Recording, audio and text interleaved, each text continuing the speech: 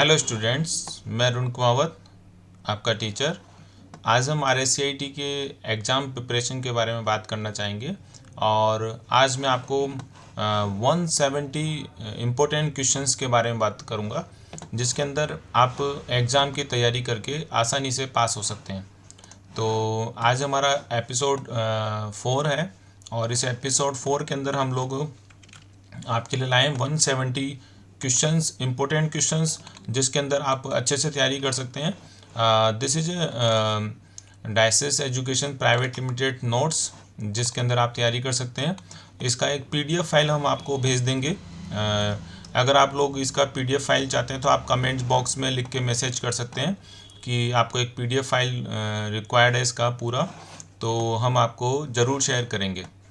इसके अलावा जो भी स्टूडेंट्स हमारे हैं उनको हम लोग व्हाट्सएप के ऊपर लिंक शेयर कर इसको PDF को सेंड कर देंगे। ओके, तो नाउ स्टार्ट करते हैं हम लोग फ्रॉम फर्स्ट क्वेश्चन। कि पहला क्वेश्चन क्या है, आपको देखेंगे इस तरह से कि यहाँ पर आपको क्वेश्चंस हैं 170 क्वेश्चन है, ये हमारे नोट्स हैं और इम्पोर्टेंट नोट्स हैं। और इनमें से अगर स्टूडेंट इनको 170 क्वेश्चन को भी अच्छे से समझ लेता है तो वो आसानी से पास क्या अच्छी परसेंटेज बना सकता है। Now we start first question.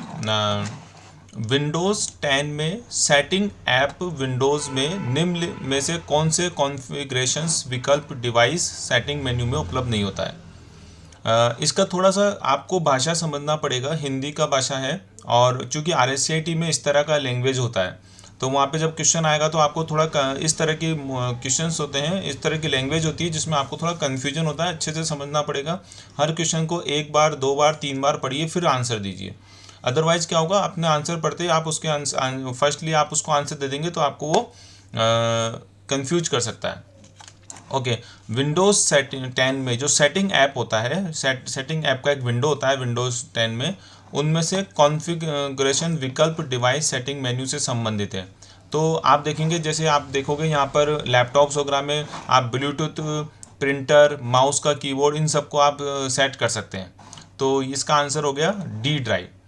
ठीक है, जबकि आप अगर पृष्ठभूमि मतलब आप बैकग्राउंड बदलना चाहते हैं, कलर बदलना चाहते हैं, स्पीच बदलना चाहते हैं तो उसके लिए आपको राइट क्लिक करके प्रॉपर्टी में जाना होता है। जबकि आपको इस वाले कॉन्फ़िगरेशन से ब्लूटूथ, प्रिंटर और माउस कीबोर्ड, या अगर लैपटॉप की बात कर रहे हैं तो आप बैटरी का साइन उसमें देख सकते हैं।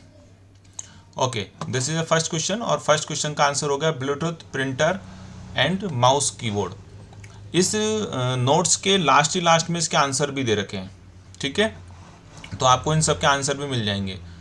रीस्टोर पॉइंट सेट करने पर कंप्यूटर अगर क्रैश हो जाए तो आप निम्न में से क्या हम वापस रीस्टोर कर सकते हैं। रीस्टोर पॉइंट क्या होता है कि कंप्यूटर में एक, जैसे आप विंडो इंस्टॉल करते हैं तो उसके बाद एक पॉइंट बना लिया जाता है कि आज तक का मैंने जो भी बनाया है इसका एक पॉइंट बना दिया। अगर कंप्यूटर ख़राब हो जाए तो आप इस पॉइंट से वापस जो आपका पहले का था सब आ जाए। लाइक मोबाइल के अंदर आप फैक्ट्री सेटिंग कर लेते हैं तो आपको वापस से आपका पूरा का पूरा मोबाइल रेडी मिल जाता है। ठीक है, उसी प्रकार से अगर मैं रिस्टोर पॉइंट सेट कर देता हूँ कंप्यूटर में तो ये पूछना चाह रहा है कि आप उसमें से वापस क्या क्या ले सकते हैं।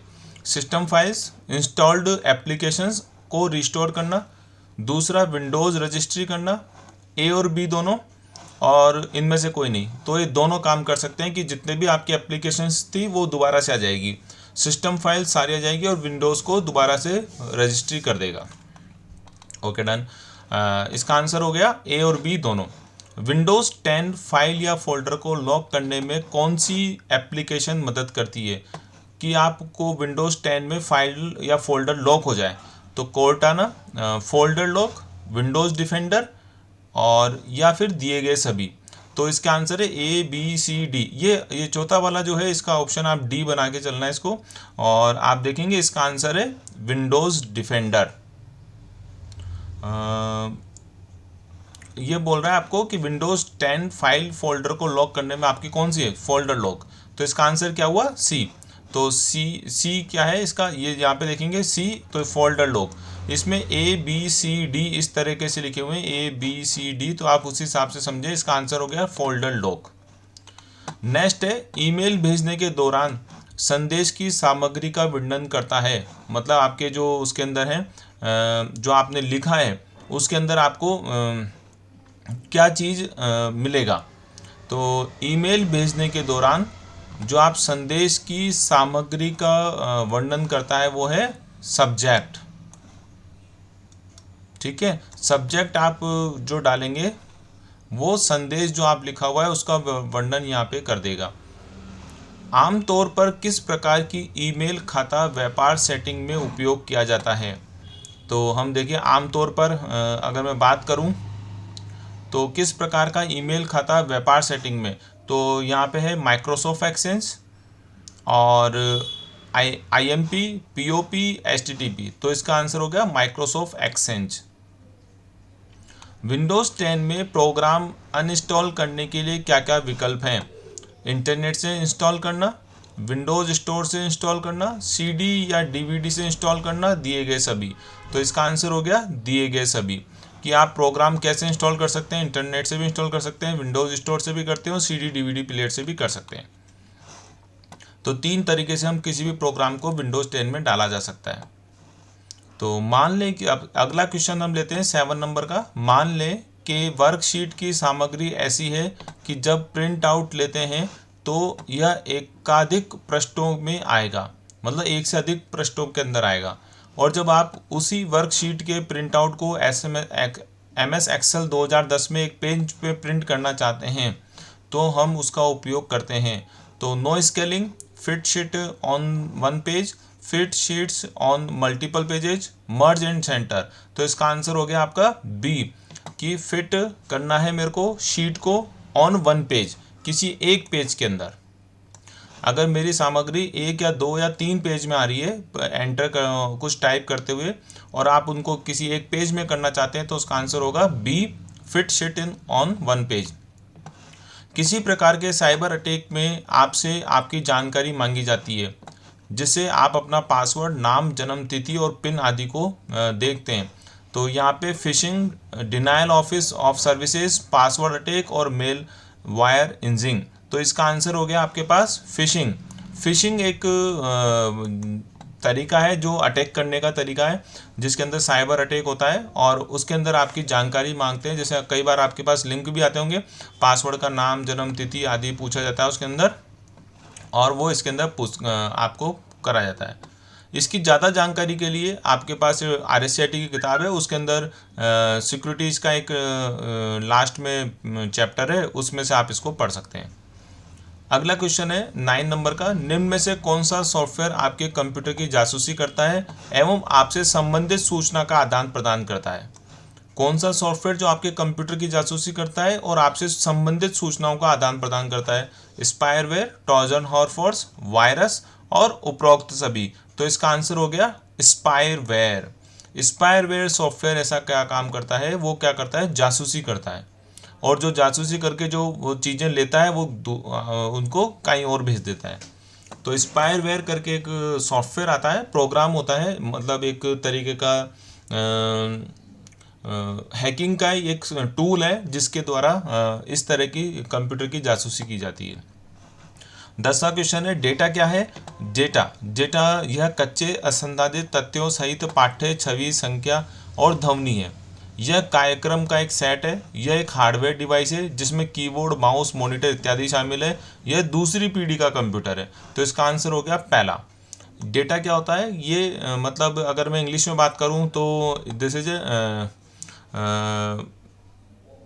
एक इमेजेस, नंबर्स, वॉइस और जो आप टेक्स्ट लिखते हैं उन सब का एक ग्रुप होता है जिसको जो कि एक वो डेटा कहलाता है। फाइलें होती है जिसको फाइलें बोल सकते हैं, फोल्डर बोल सकते हैं, वीडियोस फाइल बोल सकती है, ये सब क्या है, डेटा है।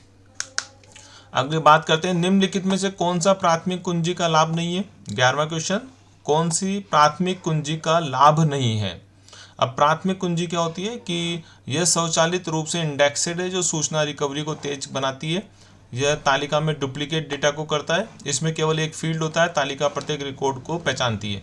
तो इसका आंसर हो गया आपके पास सी। इसमें एक फील्ड होता है जिसमें प्रत्येक रिकॉर्ड को एक विशिष्ट पहचान मिलती है, जैसे रोल नंबर, सीरियल नंबर।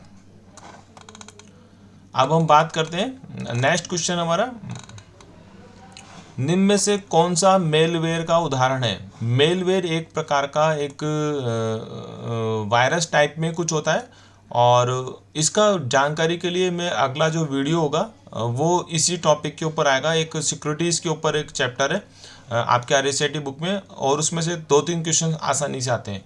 तो नेक्स्ट वीडियोस आप मेरा देखते रहिए, जिसके अंदर आपको ये सब जानकारी दी जाएगी, मेलवेयर क्या होते हैं, ठीक है। इसके अलावा और कौन कौन से वायरस हैं, कौन कौन से अटैक होते हैं, वो सब हम नेक्स्ट वीडियोस एपिसोड में आपको एपिसोड नंबर 5 में पढ़ाया जाएगा। तो आप मेरे चैनल को सब्सक्राइब करिए और इसको शेयर भी करिए और लाइक भी करिए। और अगर आपको इसको नोट्स चाहिए तो आप मेरे को कमेंट्स कर सकते हैं, हम आपको इसको नए PDF फाइल आप अरेंज कराएंगे। तो इसका आंसर हो गया उपरोक्त सभी मेलवेयर, स्पायरवेयर भी होते हैं, वायरस भी होते हैं, ट्रोजन हॉर्स भी कहलाते हैं। ये सारे क्या हैं? एक प्रकार के मेलवेयर्स कहलाते हैं। निम्न में से कौन सा साइबर अटैक है? Denial of services, password attack, fishing और उपरोक्त सभी। तो अगेन इसका आंसर उपरोक्त सभी। ये सब साइबर अटैक मतलब ऑनलाइन जो साइबर अटैक होते हैं उनके एग्जाम्पल्स हैं। निम्न में से कौन सा साइबर अटैक के प्रकार है? इनमें से कौन सा साइबर अटैक का प्रकार है? फिशिंग, ब्राउजिंग, सर्चिंग, ये सब एक साइबर अटैक के प्रकार है, उपरोक्त सभी। इनमें से कौन सा मेलवेयर का कार्य नहीं है? कंप्यूटर से डेटा को चोरी करना, कंप्यूटर से डेटा को रिकवर करना, कंप्यूटर से डेटा को नष्ट करना। तो इसका आंसर हो गया आपके पास 15वें का उपरोक्त में से कोई नहीं, मतलब मेलवेयर का कार्य नहीं है। तो इसका आंसर हो गया आपके लिए उपरोक्त में से कोई नहीं। डॉक्यूमेंट में हेडर और फुटर लगाने का क्या उपयोग है? तो डॉक्यूमेंट जैसे MS वर्ड आप देखते हैं, तो MS वर्ड में हेडर और फुटर जो हम लगाते हैं वो क्यों लगाया जाता है? इसका उपयोग किसी वेब पृष्ठ या बाहरी दस्तावेज से जोड़ने के लिए नहीं, लिंक करने के लिए नहीं कर सकते हम। इसका उपयोग डॉक्यूमेंट में उस पार्ट को शामिल करने के लिए किया जाता है जिसमें प्रत्येक पृष्ठ को दोहराया जाना है, जैसे कंपनी का नाम और पेज की संख्या, राइट। ये सही है कि इसमें जो भी आप कंपनी का नाम या पेज की संख्या को दर्शाना चाहते हैं, जो कि हर पेजों पे आएगी, उस हर पेज पे रिपीट होगी, वो आप हेडर या फुटर में लगा सकते हैं। तो इसका आंसर हो गया आपके लिए B। तो इस तरीके से आप इसमें पढ़ सकते हैं और देख सकते हैं। तो यहाँ पे हमने आगे बढ़ते हैं। अब निम्न में से किस प्रकार की वेबसाइट पर अपनी व्यक्तिगत जानकारी दर्ज नहीं करनी चाहिए? जिन वेबसाइट में पैडलॉक नहीं होता है, और जिन वेबसाइट्स में एड्रेस का शुरुआत में नहीं होता है, और A और B दोनों या उपरोक्त में से। ये यहाँ पे एड्रेस की शुरुआत में है जो HTTPS, यहाँ पे एक मिस है, HTTPS नहीं होता है, उसमें अपनी जानकारी फीड नहीं करनी चाहिए, और पैडलॉक नहीं होता। इसका आंसर हो गया 17वें का C। ओके, नेक्स्ट हमारा क्वेश्चन है, स्मार्ट आर्ट ग्राफिक किस प्रकार के उपयोग हेतु प्रयोग किया जाता है? स्मार्ट ग्राफिक क्या होता है कि जो MS वर्ड का एक बहुत अच्छा ऑप्शन है जिसमें न्यू स्लाइड बनाने में नहीं किया जाता है, स्लाइड को डिलीट करने में नहीं किया जाता है, स्लाइड को सेव करने में नहीं किया जाता है। इसका उपयोग किया जाता है जानकारी, डेटा, सूचना को चित्रों और ग्राफ और एनिमेशन के द्वारा इसको दर्शाया जाता है। मतलब स्टाइलिश अगर हम प्रेजेंटेशन बनाना चाहते हैं तो इसका यूज करते हैं। ये क्वेश्चन कई बार रिपीट हो चुका है, 58वें नंबर का। तो इसका आंसर A। तो नेक्स्ट क्वेश्चन हमारा, किस टैब में आप पिक्चर, टेक्स्ट बॉक्स, चार्ट इत्यादि इंसर्ट कर सकते हैं? तो फाइल, व्यू, एडिट और इंसर्ट। किस टैब में आप पिक्चर, तो आप कर सकते हैं इंसर्ट के अंदर। ये आप ध्यान रखना है, होम आता है, होम के बाद इंसर्ट आता है, उसके अंदर आप टेक्स्ट बॉक्स वगैरह ला सकते हैं। नेक्स्ट है, प्रेजेंटेशन का बैकग्राउंड बदलने का अर्थ क्या है? अगर मेरे को किसी प्रेजेंटेशन का बैकग्राउंड बदलना है तो उसका क्या अर्थ होता है? स्लाइड के पीछे पिक्चर या क्लिप आर्ट इंसर्ट कर सकते हैं, दिए गए सभी। पावर पॉइंट प्रेजेंटेशन में एक पिक्चराइज चित्र का बैकग्राउंड लगा सकते हैं, बैकग्राउंड। तो इसका आंसर हो गया दिए गए सभी। तो इस तरीके से हम देखेंगे यहाँ पे इसका आंसर कि बैकग्राउंड बदलने में सब काम कर सकते हैं। मोशन पाथ क्या है? This is all question for the from power point, और पावर पॉइंट में से 3-4 क्वेश्चन आसानी से आते हैं। मोशन का ये जाने पहचाने क्वेश्चन है जो हर बार रिपीट होते हैं। आप इन क्वेश्चनों को बार बार रिपीट पढ़िए जिससे कि आपको अच्छे से समझ में आए। मोशन पाथ क्या है? एनिमेशन एंट्रेंस इंटरफेस का एक प्रकार, स्लाइड को बढ़ाने का एक तरीका, दिए गए सभी, एक स्लाइड पर आइटम को मूव करने की एक विधि। तो इसका आंसर हो गया आपके पास एक स्लाइड पर आइटम को मूव करने की विधि। तो इसका आंसर हम क्या लिखेंगे? D।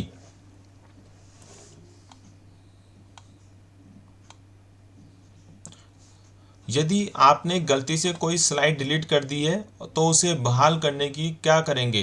कंट्रोल जेड, अंडू, ए और बी दोनों, और नन ऑफ दीज।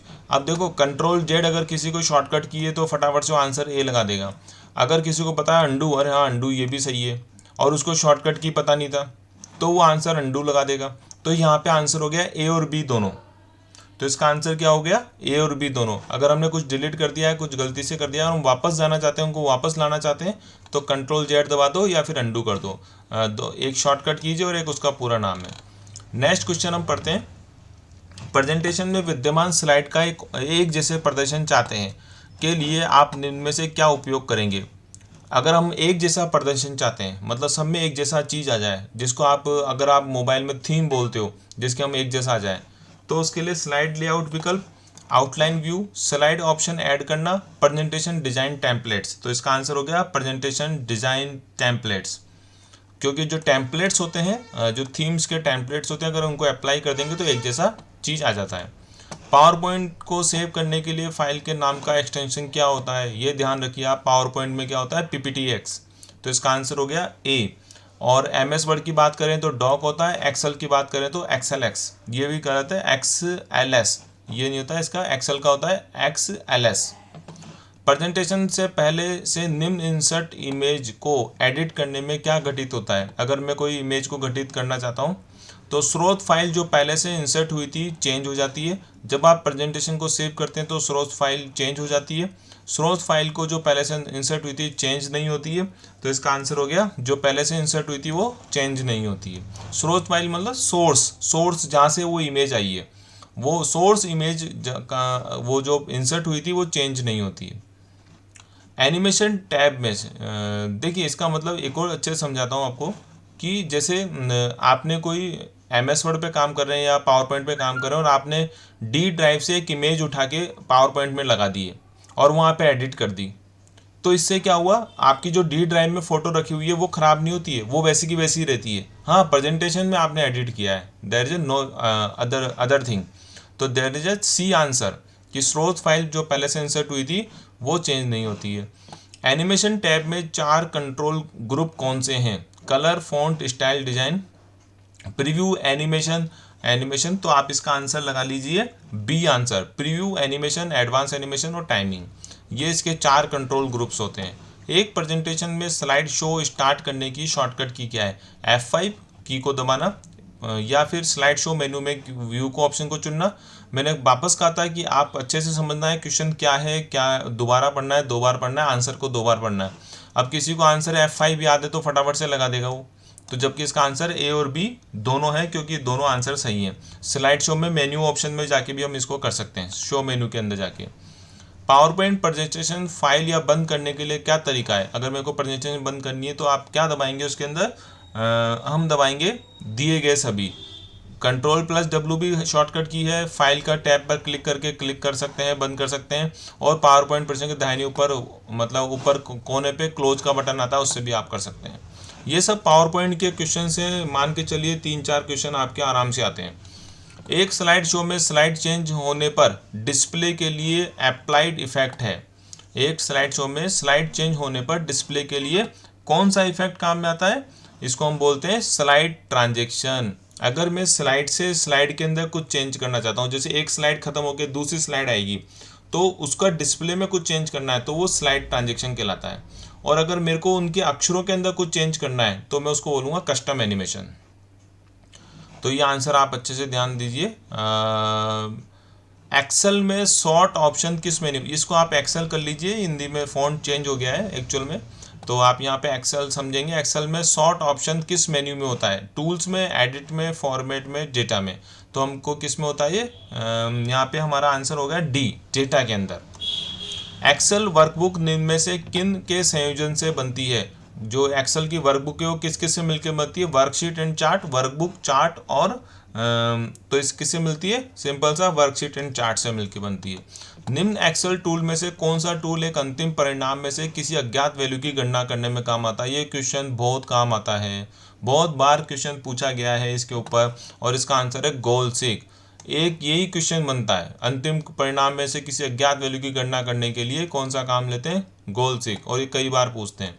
2003 का एक्सटेंशन एक्सेल 2007 का और एक्सेल 2010 का एक्सटेंशन क्या है? तो इसका आंसर होगा आपके पास एक्सेल एक्स। इस तरह के आंसर देखेंगे तो इसका आंसर पहला वाला आंसर आपको इसको माना जाएगा इसका आंसर, क्योंकि इसमें 7 और 10 के अंदर एक ही तरह के आंसर होते हैं इसके अंदर, और एक्सटेंशन होता है ये वाला एक्सेल एक्स, और जबकि 2003 में थोड़ा सा अलग होता है। 34 नंबर का क्वेश्चन अगर मैं देखूं, एक वर्कशीट में रो और कॉलम टाइटल को होल्ड करने हेतु ताकि जब वो वर्कशीट में स्क्रॉल न हो, निम्न में से कौन सा उपयोग में लिया जाता है? तो हम इसको बोलेंगे fridge pens command, fridge pens command और होल्ड टाइटल कमांड। तो इसका आंसर हो गया बी। तो आप जो इसके ऊपर बी लगा सकते हैं, फ्रिज पेन्स कमांड। इससे क्या होता है, जिस कॉलम को आप फ्रिज करते हैं मतलब रोकते हैं, वो वहाँ स्थिर रहता है और बाकी सारे मूव करते रहते हैं। कौन सा चार्ट समय के बढ़ते जो मान के साथ रुझान को आदर्श रूप से दिखाता है और नियमित समय अंतराल में हॉरिजॉन्टल ग्रुप में प्लॉट होता है? तो इसका आंसर आप लगा लीजिए कॉलम चार्ट। इसको हम बोलते हैं कॉलम चार्ट। तो ये क्वेश्चंस थे, हम एक और 50 क्वेश्चंस तक लेते हैं इस वाली स्लाइड से।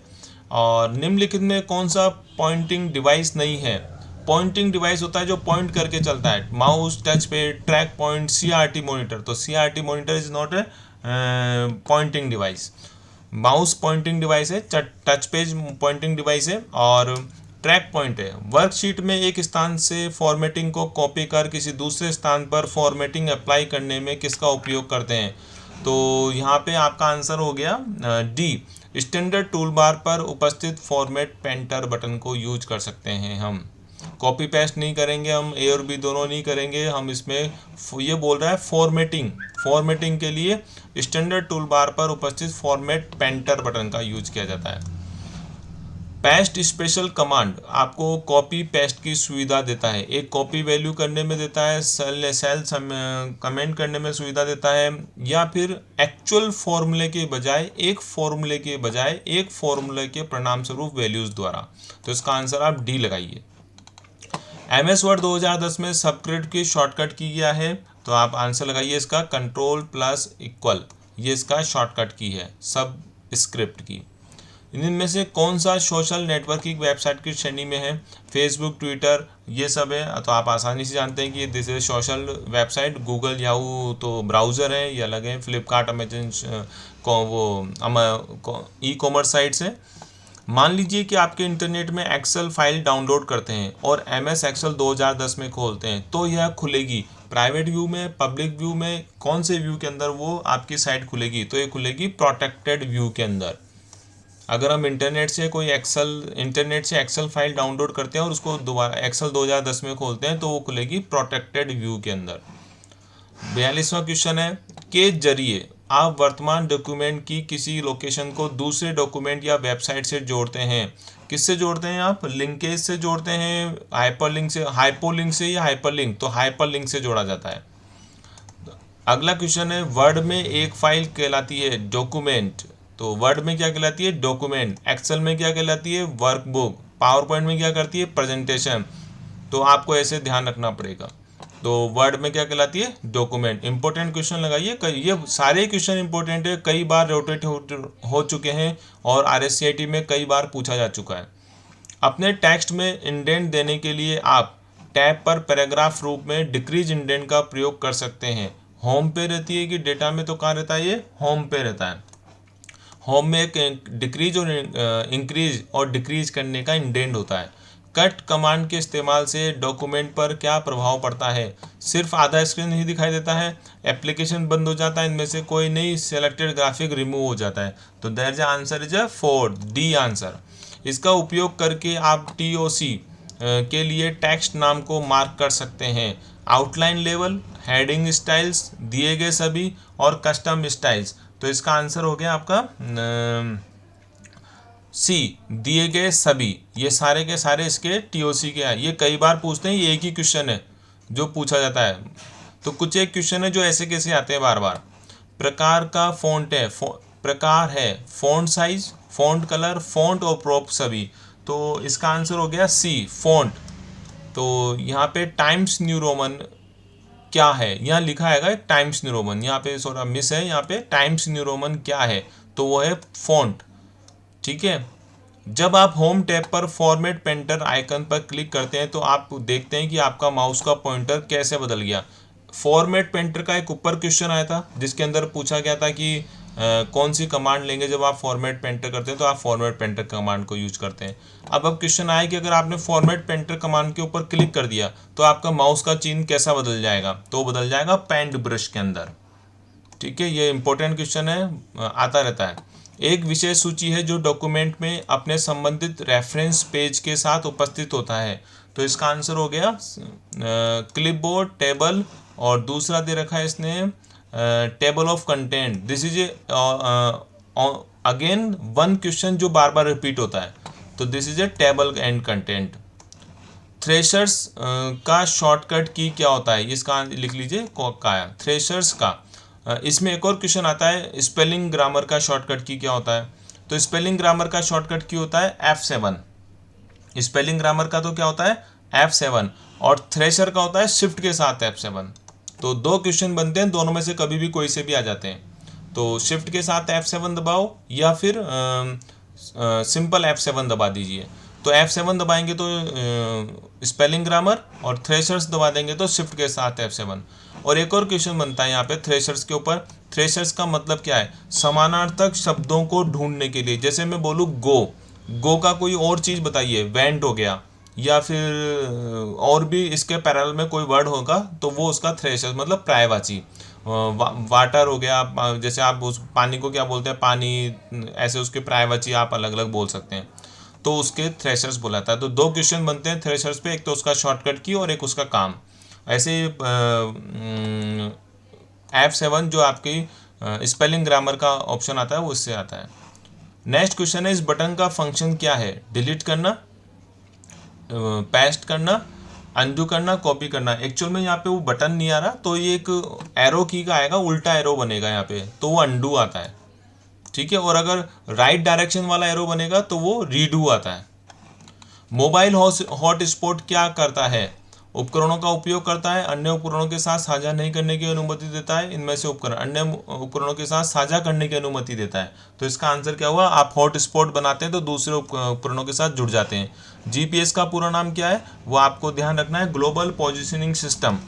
ये कई बार पूछा जा चुका है। ईपीडीएस मोबाइल ऐप क्या जानकारी हासिल करता है, कई बार पूछा जा चुका है। ईपीडीएस क्या काम करता है मोबाइल ऐप जो है, तो इसका आंसर आप लिखिए ऑल ऑफ दीज। ये क्या काम करता है, स्टॉक स्टेटस बताता है कि आपका कितना सामान बताता है, डेली ट्रांजैक्शन रिपोर्ट बताता है, और ट्रांजैक्शन। ये एक्चुअल में पीडीएस क्या होता है कि जो पब्लिक डिस्ट्रीब्यूशन सिस्टम होता है, जो दुकानें होती है ना, राशन की दुकानें, उसका स्टेटस उसके लिए बना हुआ है ईपीडीएस, पब्लिक डिस्ट्रीब्यूशन सिस्टम। आप ध्यान भी रखिए इसका। हॉट स्पॉट के लिए किस कनेक्टिविटी की आवश्यकता होती है, वाईफाई। तो मे बी आप लोग सभी जानते हैं कि इसके अंदर किसकी आवश्यकता होती है, वाईफाई की। नीचे दिए गए स्क्रीन लॉक में से कौन सी स्क्रीन लॉक एंड्रॉयड डिवाइस में उपलब्ध है, पैटर्न, पासवर्ड, पिन नंबर, और इनमें से कोई नहीं। तो इसका आंसर क्या हो गया, डी, इनमें से कोई नहीं होगा, इसमें से ये आंसर इनमें से ये ऑल ऑफ दीज होगा। सॉरी, यहाँ पर एक थोड़ा सा मिसप्रिंट है, स्क्रीन लॉक में से कौन सी स्क्रीन होता है, तो इसको आप लिख लीजिए इनमें से all of these, not a इनमें से कोई नहीं। इसको थोड़ा करेक्शन कर लीजिए अपने शीट के अंदर, ऑल ऑफ दीज। तो इसके अंदर हम सभी जानते हैं, इसके अंदर हम पासवर्ड कौन कौन सा कर पाते हैं, ऑल ऑफ दीज। ओके, तो नेक्स्ट क्वेश्चन है नीचे दिए गए स्क्रीन लॉक में से हो गया हमारा गूगल मैप का उपयोग। 57 नंबर क्वेश्चन, गूगल मैप का उपयोग करके आप कर सकते हैं finding location, daily transaction report, A और बी दोनों, इनमें से कोई नहीं। तो नेचुरली आप कौन सा कर सकते हैं, इसमें लोकेशन को फाइंड कर सकते हैं। तो इसका आंसर हो गया आपके सामने ए।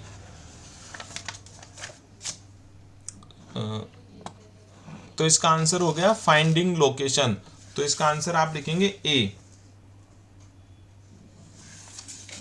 मान लीजिए आप इंटरनेट से एक्सेल फाइल डाउनलोड करते हैं और एमएस एक्सेल में खोलते हैं तो खुलेगी प्राइवेट व्यू के अंदर। अभी वापस रिपीट हो गया क्वेश्चन, भामाशाह योजना मोबाइल ऐप में से दी जाने वाली सुविधा। ये क्वेश्चन अभी आपके चैप्टर में नहीं आएगा क्योंकि इस चैप्टर को आपको हटा दिया गया है। 59 नंबर आप चैप्टर को क्वेश्चन को हटा सकते हैं जो यहाँ से क्लोज कर दिया गया है, अभी आपके चैप्टर्स में नहीं आएंगे। ओके, नेक्स्ट है पैन कार्ड आवेदन के लिए ब्राउज़र। एक मिनट,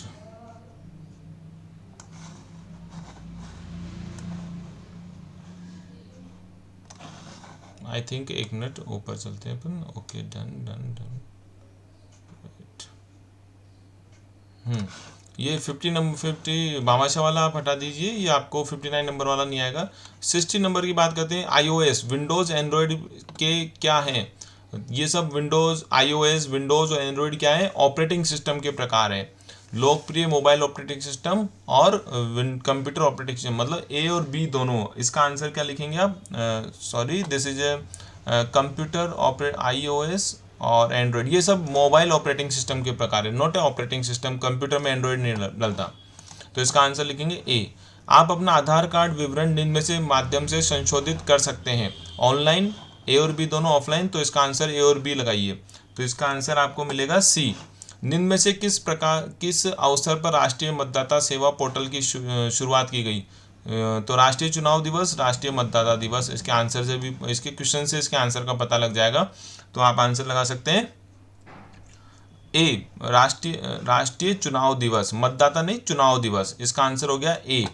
यूआरएल का सही उदाहरण क्या है? इंपॉर्टेंट क्वेश्चन 63 नंबर वाला, और आप उसके अंदर देखेंगे यूआरएल का फुल अच्छा नाम, पूरा नाम क्या है इसका। तो हम बात करते हैं यहाँ पे http example.index, example डॉट्स और RSCIT, तो ये तो है नहीं। अगर मैं URL की बात करूँ तो उसका आंसर हो गया ए। तो 63 का आंसर हो गया ए। पैन कार्ड आवेदन के लिए ब्राउज़र में NSDL की वेबसाइट से खाते और फॉर्म ऑनलाइन भरे जाते हैं। 49 ए। 64 का बी आंसर हो गया। वेबसाइट IRCTC की से ऑनलाइन प्राप्त किया जा सकता है। आधार कार्ड नहीं, ITR नहीं, ट्रेन का टिकट। IRCTC किसकी साइट है? रेलवे की, तो उससे ट्रेन का टिकट प्राप्त होगा। ब्राउज़र में हिस्ट्री व कुकीज़ को हटाने के लिए किस मेन्यू को सेलेक्ट किया जाता है? तो हम कहेंगे कौन से व्यू से आप इसको हटा सकते हैं? सी आंसर, इसका आंसर का सी, मतलब टूल से हटाया जाता है। एक ऑप्शन आता है जिससे हम ब्राउज़र में टूल में जाके इसको हटा सकते हैं। पैन का पूरा नाम बताइए, परमानेंट अकाउंट नंबर। तो इसका आंसर हो गया बी, पैन का पूरा नाम। MS एक्सेल में सेलेक्टेड सभी प्रकार की फॉर्मेटिंग को हटाने के लिए किस ऑप्शन का उपयोग किया जाता है? क्लियर और क्लियर फॉर्मेट, क्लियर कंटेंट और क्लियर, ये तो इसका आंसर हो गया क्लियर फॉर्मेट, क्लियर आर नहीं, क्लियर फॉर्मेट।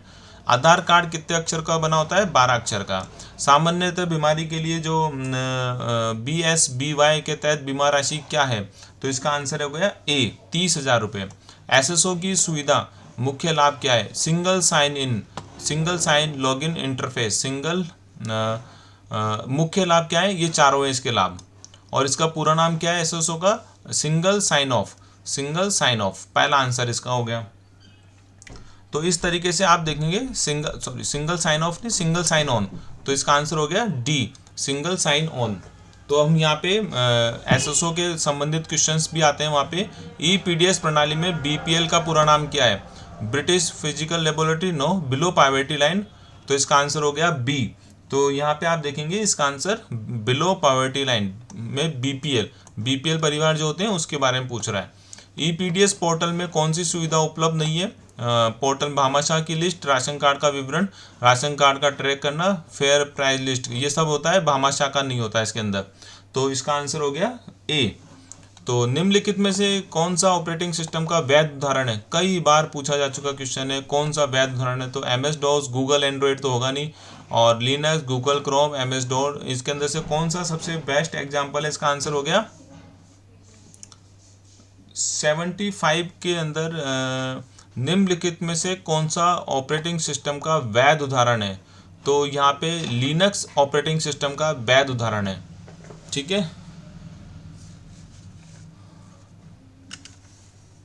यहाँ पे आप लिखिए वैध उदाहरण नहीं है, तो नहीं है में आंसर आ गया इसका गूगल क्रोम। बाकी सब अगर ऑपरेटिंग सिस्टम की बात करूं तो MS-DOS ऑपरेटिंग सिस्टम है, लिनक्स ऑपरेटिंग सिस्टम है, गूगल एंड्रॉयड ऑपरेटिंग सिस्टम है। तो इसको थोड़ा सा चेंज करिए 75 को, और यहाँ पे वैध उदाहरण नहीं है, तो यहाँ पे आप लिखेंगे नहीं है।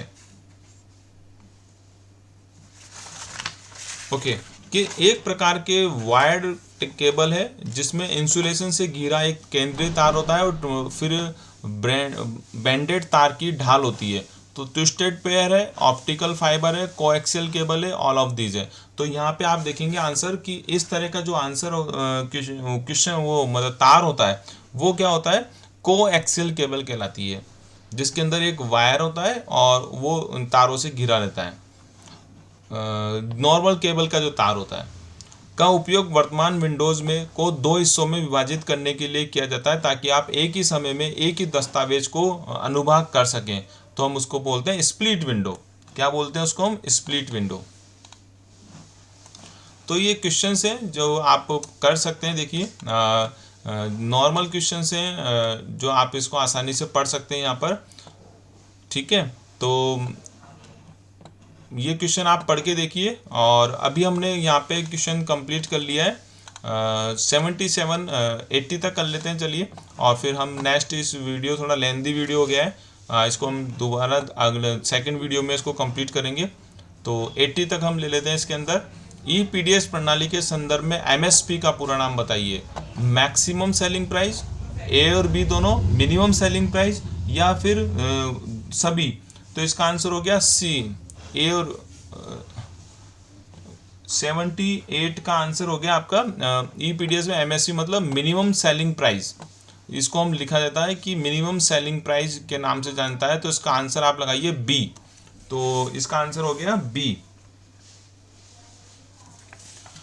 बेरोजगार को पंजीकृत करने के लिए बीआरएसवाई ऋण राशि के तहत कितनी राशि देता है? 4%। ये क्वेश्चन आपका हट गया है, भामाशाह वाला भी आपका हट गया है चैप्टर। तो 79 और 80 के नंबर का क्वेश्चन आपको इसको कैंसिल कर लीजिए, ये आपके उसके अंदर नहीं आएगा। तो हम इसके अंदर 79 तक के 80 तक के क्वेश्चंस को कवर करते हैं इस वीडियो में, और फिर हम नेक्स्ट वीडियो के अंदर आपके साथ मिलेंगे इसके बाकी के क्वेश्चंस के साथ में और एक्सप्लेन करेंगे। आपके कोई भी क्वेश्चंस का डाउट्स है तो आप इसमें कमेंट लिख के भेजिए। अगेन इसको सब्सक्राइब करिए और शेयर करिए और इसको लाइक करिए, कमेंट करके आप मेरे को अपना PDF फाइल के लिए मैसेज कर सकते हैं। Thank you. नेक्स्ट एपिसोड के अंदर इसको हम कंप्लीट करेंगे एपिसोड 5 के अंदर। ओके, धन्यवाद।